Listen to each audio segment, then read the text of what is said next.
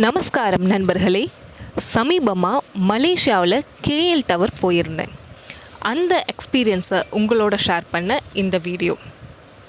Twin டவருக்கும் KL டவருக்கும் எனக்கு ஒன்றும் பெரிய வித்தியாசம் தெரியலைங்க.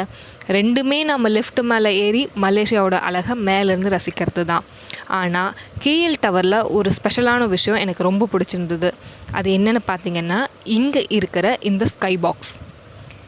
இந்த ஸ்கை பாக்ஸில் என்ன ஸ்பெஷல்னால், ஒரே கிளாஸாக இருக்கும். அந்த கிளாஸ் மேலே நம்ம ஏறி நின்று ஃபோட்டோ எடுக்கலாம். மேலே உச்சியிலேருந்து கீழே பார்க்கலாம்.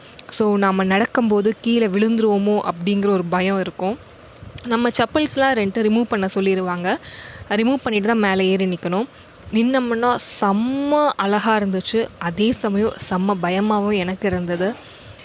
நம்ம ட்வின் டவருக்கு எப்படி நம்ம அந்த மாதிரி பயாஸ்கோப்பில் இருந்துட்டு பார்த்தோம் இல்லையா, அதே மாதிரி இங்கேயும் இருந்தது. இங்கேருந்து பயாஸ்கோப்பில் நம்ம ட்வின் டவரை பார்க்க முடிஞ்சது. அங்கேருந்து நம்ம கேஎல் டவரை பார்த்தோம். ஸோ இங்கேருந்து நம்ம ட்வின் டவரை பார்க்கலாம். ரொம்ப சூப்பராக இருந்தது.